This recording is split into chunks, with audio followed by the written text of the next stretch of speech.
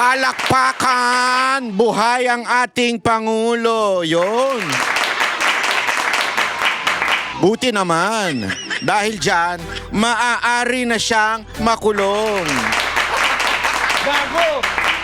Hindi, kasi baka sabihin ng iba dyan, ako, masaya ako. Masaya talaga ako. Masaya ako na siya ay well and alive and kicking. Bakit naman kanyo? Siyempre mga kababayan, ako sabi ko nga sa inyo gusto kong harapin ni Marcos etong mga kasalanan niya sa bayan. Yun ang totoo dyan. Ayokong matigok siya. Yung iba gusto yung ma-OD siya Ako ayoko siyang matigok.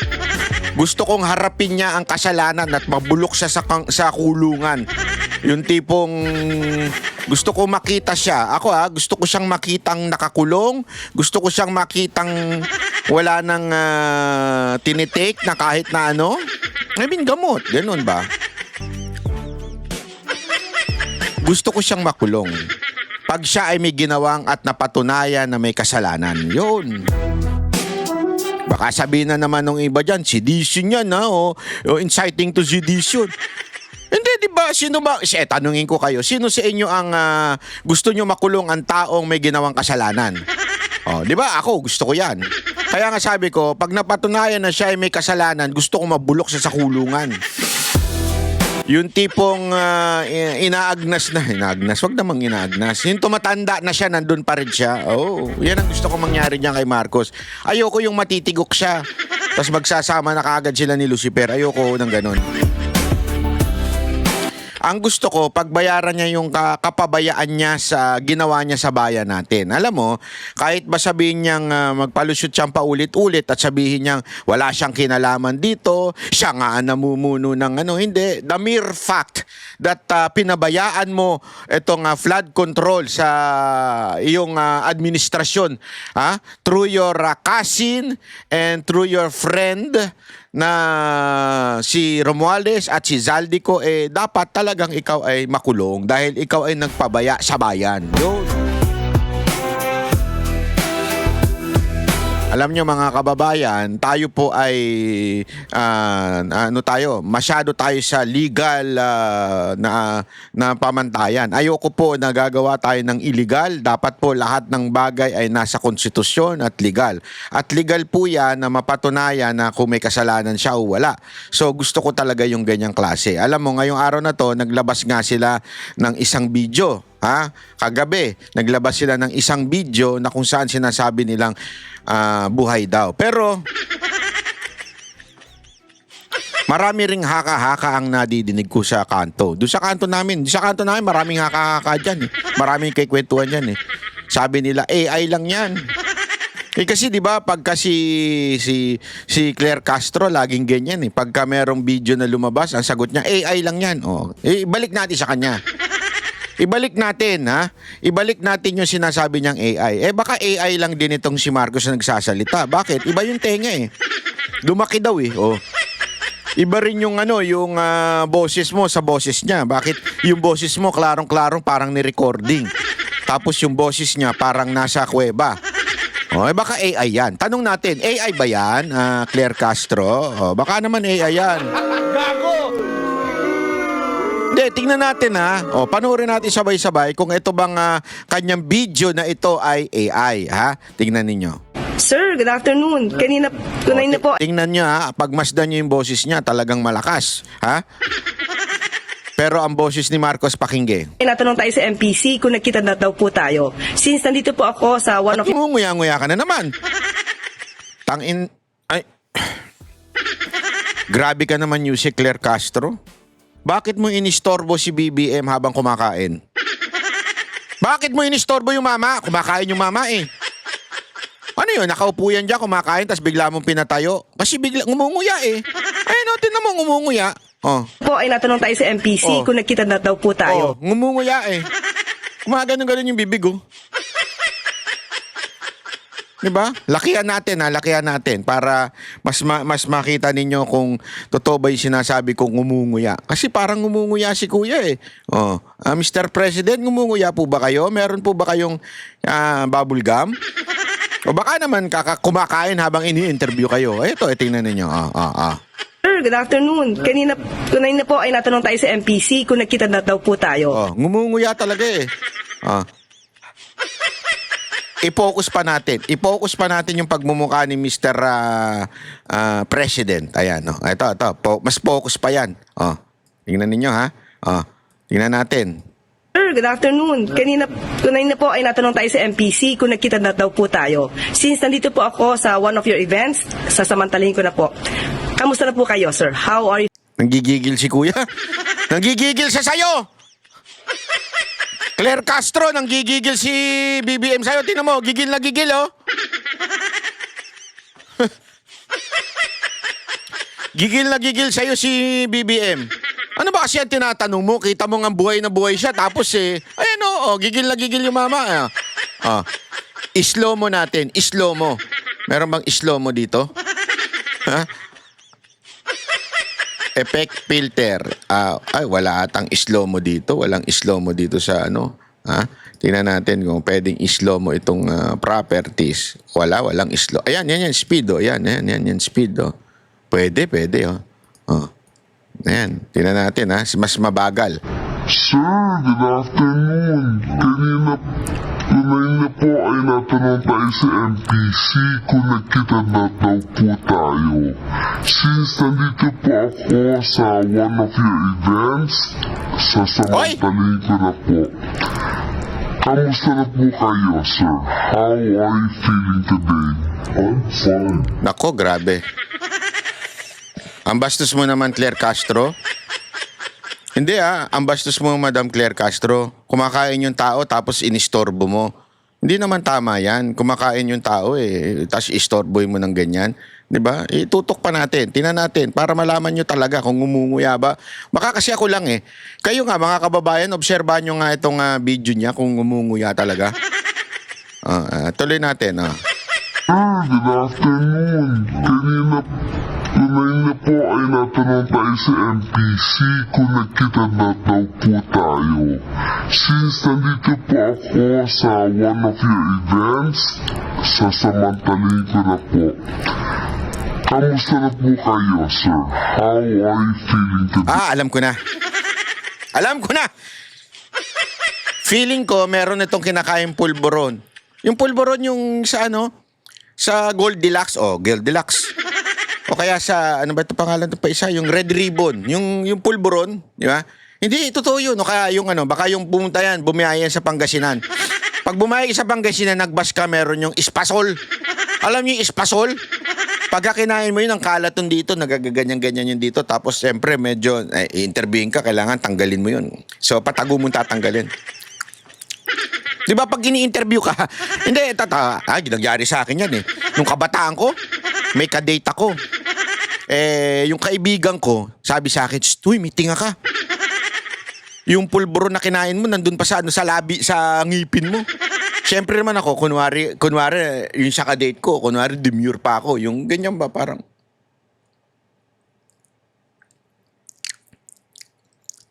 yung pala, kinakain ko pa, yung tinga ko. Hindi ganun yun di ba?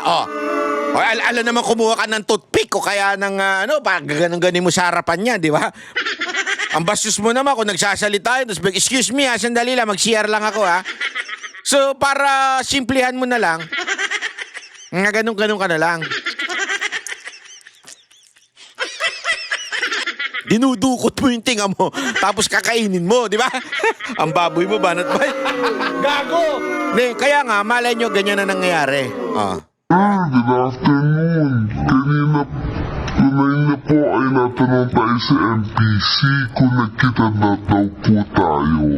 Since nandito po ako sa one of your events, sasamantalahin ko na po.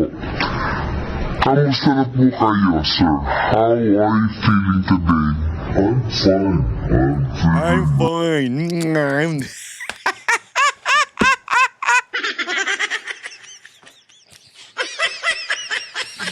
Grabe kayo. Huwag kayong ganyan. Presidente yan, binabastos ninyo. Presidente kayo, ano yan eh, huwag niyo nga binabastos ang presidente ng Pilipinas. Kayo talaga, oo. Sir, good afternoon. Kanina po ay natanong tayo sa MPC kung nagkita na daw po tayo. Since nandito po ako sa one of your events, sasamantalahin ko na po. Kamusta na po kayo, sir? How are you feeling today? I'm fine. I'm feeling very different from the way I was feeling before. Naayos na yung problem. What happened was apparently, and I now have diverticulitis.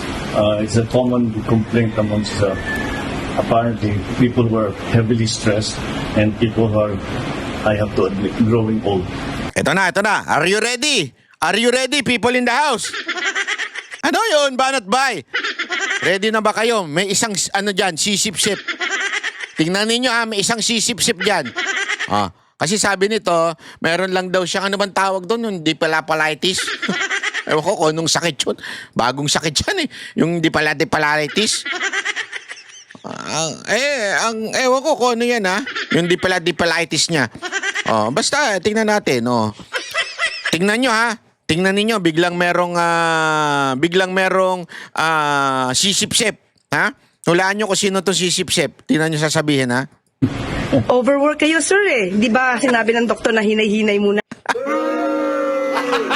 Gago! Ay, nako, overwork daw. Sip-sip! Sip-sip ka talaga, Yusik Claire. Amuyong Alam mo yung amuyong? Di ba? Meron akong ganyang kaibigan Pangalan niya si Jay Guevara. Napaka-sip-sip nung animal na yun Sabi ba naman niya sa akin galing ako sa Japan, tinatanong niya sa akin, kamusta? Sabi ko, nakakapagod din sa magbakasyon tsaka magasto, sabi ko. Ang sabi ba naman sa akin ni Jay Guevara, mayaman ka kasi. Kasi ano ka yung gawin mo kasi. Utang sip-sip ang pota. Gago! Parang ganyan yan sabi niya, okay lang yan kasi at least nakapagbakasyon ng pamilya mo dahil sa'yo. Sip-sip ang pota. Gago! Parang gano'n yan si Yussi Claire Nung sinabing dahil sa stress. Kasi sir, dapat di kayo na masyado nagpapagod. Overwork na kayo Overwork? Ayop yan. No? Well, yeah, of course, lagi naman sinasabi ng doktor sa akin yun. Pero, paano mo naman gagawin yun? Ang dami trabaho. So, sir, ano mensahe niyo doon sa mga taong nais na Uy, tama na yung pangguya. Hindi pa natatanggal yung tinga mo sa bibig? Nguya ng nguya Alam nyo kasi, eto yung PMS, nanawagan ako sa Presidential Management, PMS Presidential Management Society, Security. Kung sino man kayo, mga nakapaligid kay Marcos, bago nyo naman paharapin ng camera, huwag kayong papayag na basta-basta ini-interview. Abutan nyo muna ng floss. Yung dental floss, bago yung... O kaya kunin nyo yung bubble gum. Sir, tapon nyo muna yung bubble gum. Ganon nyo yung kamay nyo. Anyway, mga sip-sip naman kayo dyan Ganon nyo yung sa kanya. Uy, sir, tapon nyo muna yung bubble gum. Nguya na nguya yung presidente, nakakaya naman. Kayo talaga, hindi nyo ginagawa ang trabaho ninyo. Kayo mga taga-PMS. Mga amuyong ni Marcos. Ikaw, Yussi Claire, interview ka na interview, kakakain lang nung tao ay mawala sa pwesto? Okay muna masyado ma-excited dahil it's not a life-threatening condition. Oo, ako. I will always hope and really hope na kayo po ay wag kunin muna ng Satanas. Opo, ako po, yung talagang panalangin ko. Wag po sana muna kayong kunin. Kasi kailangan nyo munang panagutan ng lahat ng nangyari sa Pilipinas. Ayoko talagang kunin ito kagad ni Satanas. Sa totoo lang. So sir, wala kaming dapat ipag-alala? Wala, don't po kayo mag-alala. I'm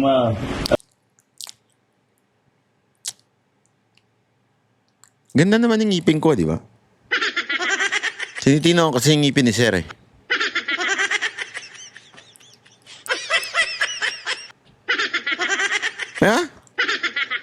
Bakit? May pera naman siguro to. Hindi, may pera naman siguro si BBM, Sa laki ng asset yan, di ba? Yung sa SALN yan. Wala ba siyang pandentis? Ano ba? Sandali.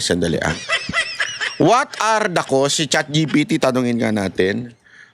What are the cause? What are the cause of teeth problem? Teeth problem is taking unwanted drugs cause teeth problem. Tingnan nga natin. Tanong natin si ChatGPT. Anong sagot mo, ChatGPT? Bagal mo pala eh. Yan, yes, taking unwanted or improper drug can cause teeth problems, but they are only one of many causes. Here's clear practical breakdown. Poor oral hygiene, yung mga ganyan. Bagal sumagot. Yan. Binabasa ko lang to kay ChatGPT. Kaibigan ko to si ChatGPT. Ito, yes. Ay, totoo? Hindi. Ito, again, wala tayong sinasabi. Wala tayong sinasabing masama. Kasi hindi naman tayo nagsabi. Ang nagsabi niyan, yung kanyang kapatid. Wala tayong sinasabi. Pero ito, sagot ni ChatGPT. Tipakita lang natin. Para naman, baka sabihin ninyo, Banat ba, di ka naman dentist, bakit ka nagbibigay ng opinion? Di ba? O at least to si ChatGPT, nagmamagaling to, alam niya lahat di ba? Di ba? Totoo, si ChatGPT, kahit tanong mo kung nagloloko yung jowa mo, malalaman niya ayan Does taking unwanted improper drugs cause teeth problem? Dry mouth, painkiller, malinaw. Painkillers, antihistamine, antidepressant, illegal. No saliva, bacteria grow faster. Pag wala palang laway. Kaya pala dinuduraan yun. Ginaganon. At saka, kasi pala, hygiene pala yun. Makakatulong pala kasi pag walang saliva, nag-grow yung bacteria. Kaya pala bumabaho yung pempe minsan. Pag wala ng, ngayon ko lang nalaman yan. So, kailangan pala talagang, tooth grinding, bruxism, drugs that, overstimulate the brain may cause grinding. Kumaganyan. Crack teeth, nanggigigil, yung jawpen. Common with stimulants, certain psychiatric meds, illegal drugs? Hindi ko alam to, Yan pala ang cause. Hindi ko alam. Hindi naman siguro ganun si PBBM. Hindi naman siguro. Baka lang kumakain lang talaga siya at this time. Kayo naman, dumi ng isip nyo. Gago! Hindi naman siguro ganun ang siste.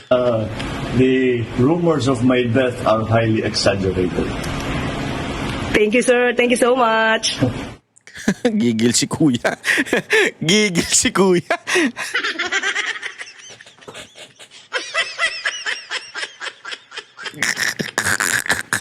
Kesa napabuti, napasama. Akala siguro nila napabuti yung video na yun, Akala siguro nila napabuti yung hindi. Ako yung mga nag-aakusa at sinasabing AI, hindi ako naniniwalang AI. Hindi AI yan, totoo yan. Kasi kung AI yan, di gumagalaw ang bibig niyan. Ganyan lang yan, nagsasagot lang yan ng diretso. Alam ng AI na gumagalaw ng bibig ni Marcos. Hindi AI yan. Kayo talaga? Mapagbintang kayo? Mapangusga kayo para kayo si Yussi Claire Si Yussi Claire, di ba, nung naglabas sa video ng yung iba, sabi niya AI. Nung naglabas si Saldico, alamin daw muna kung AI. Eto kaya AI? Ang tanong tuloy ng taong bayan yan. Baka naman AI yan. Ang sabi, sa tingin ko, hindi AI yan. Ako, naniniwala ako, hindi AI yan. Kasi gumaganon siya. Palo naman pati yung pagganon niya, ginaya ng AI. Tangin sama naman na ugali ng AI. Hoy, kayong AI. Masama ba ugali nyo? Hayop kayo Hindi, pero ako, natutuwa ako. Bakit? Natutuwa talaga ako. Ito, honestly, from the bottom of my heart, I'm really happy na hindi po napasama ang ating Pangulo. I'm really happy that he is well, alive, and kicking. Para maharap niya ang lahat ng akusasyon ng taong bayan sa kanya. Lahat ng kalokohan na nangyari sa Pilipinas ay sagutin niya dapat. Ayokong tatakasan niya to. Ayokong matakasan niya. Sigurado ako kahit si BP Sara Duterte, sasabihin wag muna siyang ma-OD. O wag muna siyang kunin ni Satanas. Dapat talagang panagutan niya lahat ng kasalanang ginawa niya sa bayan na ito. Yan ang gusto kong mangyari. Ha?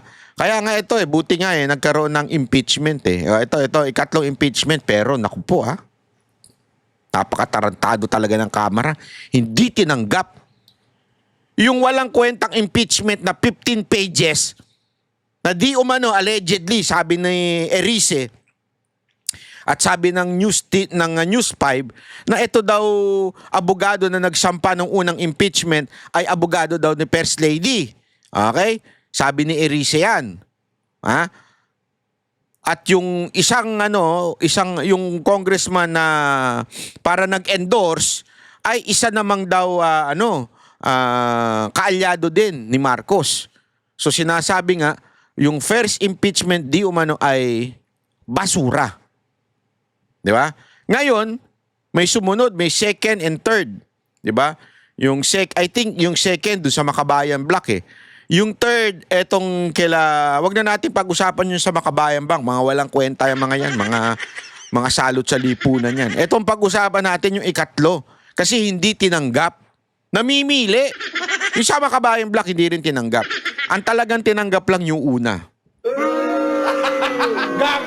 Kaninang umaga, nagkaroon kami ng pag-uusap ng mga kasama sa Makabayan Block na banggit na sa amin na opisyal na hindi tinanggap yung kanilang impeachment complaint.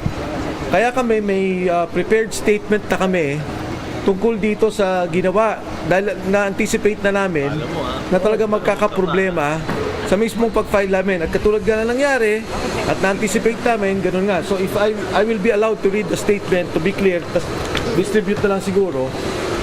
The refusal of the Office of the Secretary General of the House of Representatives to accept the impeachment complaint is a clear violation of both the rules of the House and the 1987 Philippine Constitution. Under the Constitution, the House of Representatives has the sole power to initiate impeachment proceedings. The rules of the House explicitly provide a ministerial duty for the Office of the Secretary General to receive and record impeachment complaints that are duly filed. There is no discretion given to the Secretary General to reject, screen, delay, or block such filings. By refusing to accept the complaint, the office effectively usurps the constitutional authority of the House itself and denies the Filipino people their only lawful mechanism to raise grievances against a sitting president. If I may repeat that, by refusing, it denies the Filipino people their only lawful mechanism to raise grievances against a sitting president.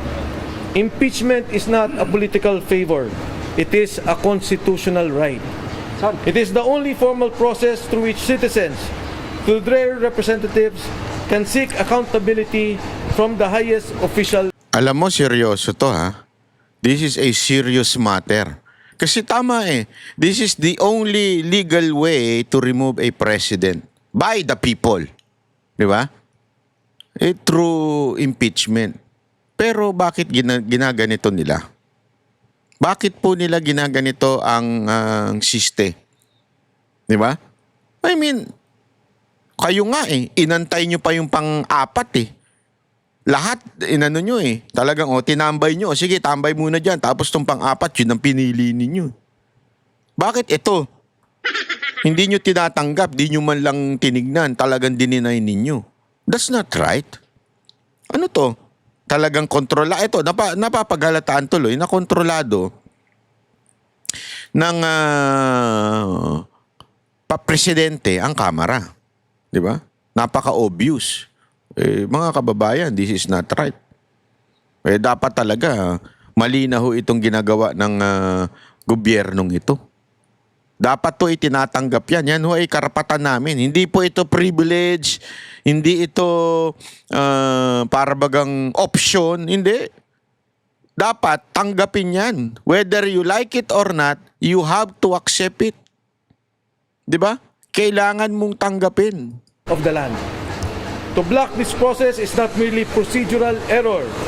It is a constitutional violation, an obstruction of a lawful remedy, and a direct assault on the people's right to petition government for redress of grievances. The House of Representatives exists to serve the people, not to shield those in power from scrutiny. The rules are clear. The Constitution is clear. The duty is clear. And no office has the authority to silence the people's voice.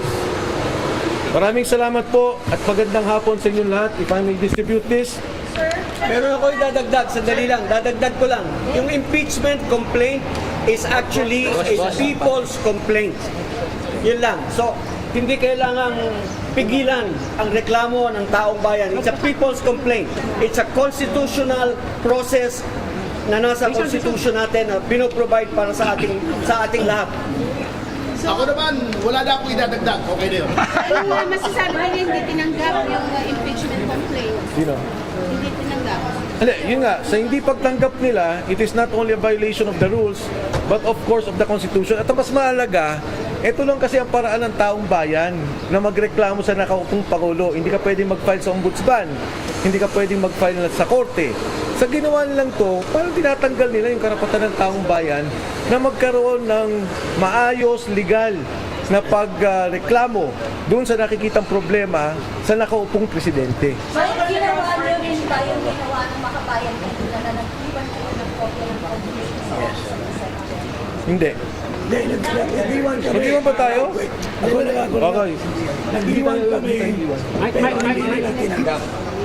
We attempted and we have recorded every possible conversation we had with So, a copy of your complaint is not inside the office of the secretary. hindi nila tinanggap. We will be discussing this at another time. Ang tingin namin, ang dapat natin pag-usapan ngayon, yung mismong, kasi yung sa maraming pagkakataon sa Korte Suprema, may decision na about impeachment complaints. In fact, the recent decision was on the Vice President. At mabigat tong hindi pagtanggap, hindi namin maintindihan kasi hindi naman si Secretary General Cheloy ang sinasabi nung Saligang Batas. Ang sinasabi ng Saligang Batas, yung opisina. Dapat i-receive nila yun. Ayun, malinaw yan. Kasi Supreme Court nagsabi, di ba? Kasi nga ginawa ng inantay yung pang-apat na impeachment complaint. Di ba? Remember? Inantay.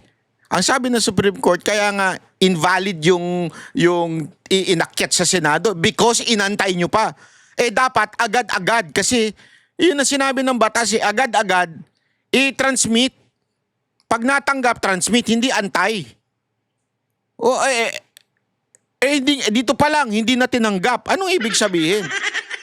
Alam mo, dapat talaga tumakbo sa Supreme Court itong mga matitikas na abogado na to, lalo na dito kay, syempre to si Atty. Topacio. Oy, congratulations Atty. Topacio ikaw ay formal nang nanumpa sa PDP. Tatakbo ka bang senador? Baka mag-away kay ni Lacson. At ito syempre, ito si Mike Defensor, idol din natin yan. Idol din natin yan.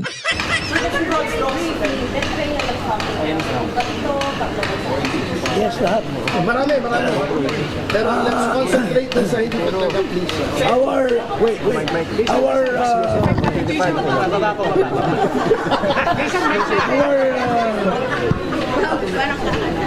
Kasi ako pause Our impeachment complaint encompasses almost all the grounds except for treason and bribery, I guess. But culpable violation of the Constitution, betrayal of public trust, graft and corruption, high crimes. These are all embodied in our complaint against Marcos Jr. Ano yung offenses, sir? Offenses. Ano yun? Sa ngayon, we will call for a press conference tomorrow Press con kami para i-discuss yung details, pero sa ngayon yun yung statement namin, ang hindi pagtanggap nito. Ha? Pati yung endorser, kasi may endorser kami nandito. Pero siyempre, tatlo. Siyempre, nung nakita namin, nung na-inform kami na Makabayan Black, and may mga kasama tayo sa Committee on Rules dun sa nangyari, medyo nagulat na kami. In fact, nakita nyo naman, mali-mali yung dala namin. Pero kung ganito yung mangyari, napakapangit naman. Hindi maganda. Sigurado kami, yung first impeachment complaint is a scam complaint. At yung Makabayan Black, genuine complaint yun. Sinusuportahan din namin yun. Yung complaint namin is a genuine complaint, full of evidences, dapat tinanggap ng Kongreso. Sir, babalik pa kayo dito sa Monday? Hindi. Hindi kami babalik. Sorry, bakit ayaw Huwag ka muna mag-conclude. More or less tatlo. O ayaw ni Jing ako mag-conclude. Pero pag-isipan pa namin. Pero as of now, dapat it should have been accepted, period. Tama? No, they're not. No, they're not. Sir, ilan ang complainants at sino-sino? For the record. Ang mga complainants... Oh, yes, please. Lipat lang muna, wait lang. Ay! Tanggulo nyo ah! Dito na sa parang hindi na nag-isa. Dito ka na, dito kami.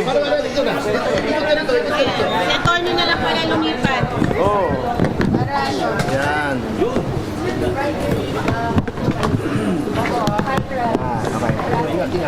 The complainants in this case entitled in the matter of the impeachment of Ferdinand R. Marcos Jr., President of the Republic of the Philippines, Manuelito de los Reyes Luna, yours truly, Jacinto B. Paras, Ferdinand S. Topacio, Michael T. Defensor, Harold Respicio, Mary Catherine Diaz Binag, and Virgilio R. Hoy, Mary! Mary pala pangalan mo ah!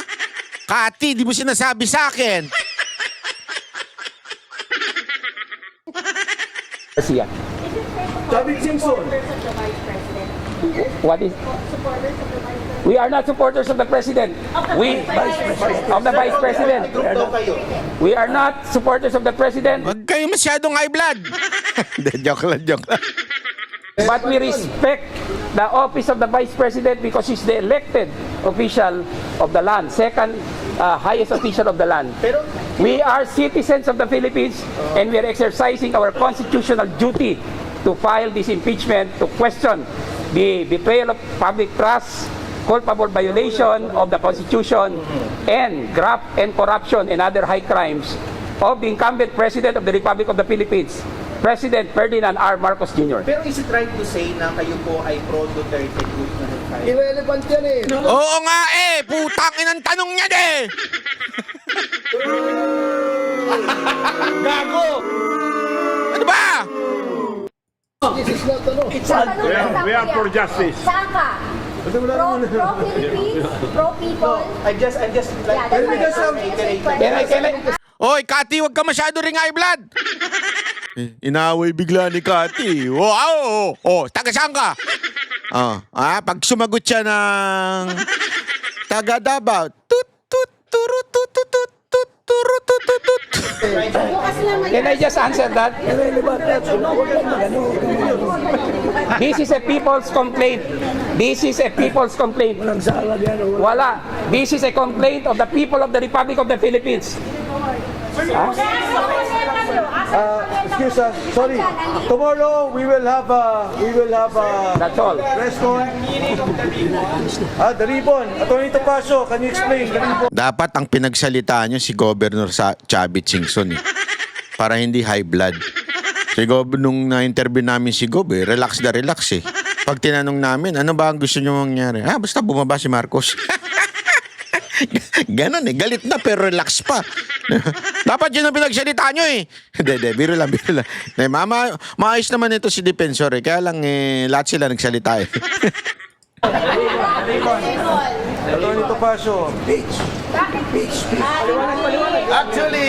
Actually po, this is the same color of ribbon that we wore during, hindi ako makikita.